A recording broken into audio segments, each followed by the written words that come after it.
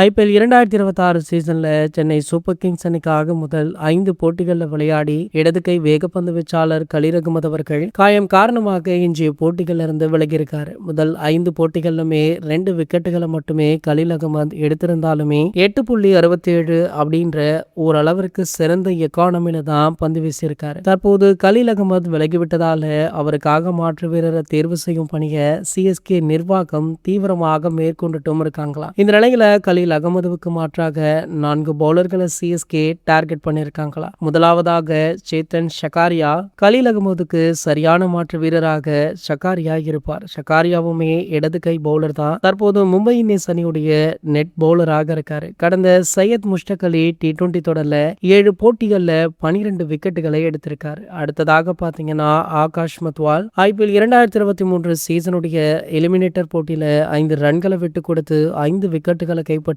பெரிய அளவுல கவனம் பெற்றார். இவர் மொத்தமுமே 17 ஐபிஎல் போட்டிகளை விளையாடி அதுல 23 விக்கெட்டுகளை மட்டும்தான் எடுத்திருக்காரு. அபாரமான முறையில ஏக்கர் வீசக்கூடியவர், மேலும் வேகம் குறைந்த பந்துகளையுமே சிறப்பாக போடக்கூடியவர். அடுத்ததாக சமர்ஜித் சிங் அவர்கள் 2022 முதல் 2024 ஆண்டு வரை சிஎஸ்கேவில் இருந்த சமர்ஜித் சிங் அவர்கள் ஐபிஎல் 2026 ஏலத்துல எந்த அணியுமே இவரை வாங்கல. இவரை உள்ள கொண்டு வர வாய்ப்பு இருப்பதாகவுமே சொல்லப்படுது. அடுத்து கமலேஷ் நாகர்கோட்டி அவர்கள் ஐபிஎல் 2025 சீசன்ல சிஎஸ்கேவில் இடம்பெற்ற கமலேஷ் நாகர்கோட்டி அடிக்கடி காயம் காரணமாக அவதிப்பட்டு வந்திருக்காரு. சோ இவருமே பாத்தீங்கன்னா கலீல் அகமது அவர்களுக்கு ஒரு சிறந்த மாற்றாக இருப்பார் அப்படின்னு கருதுவதால இந்த 4 பேர்ல ஒருவரை சிஎஸ்கே அணி கூடிய விரைவிலேயே சூஸ் பண்ண இருக்காங்களா. இது போன்ற செய்திகளை பத்தி நீங்க உடனே தெரிஞ்சுக்க நம்மளுடைய சேனலை மறக்காம சப்ஸ்கிரைப் பண்ணிக்கோங்க.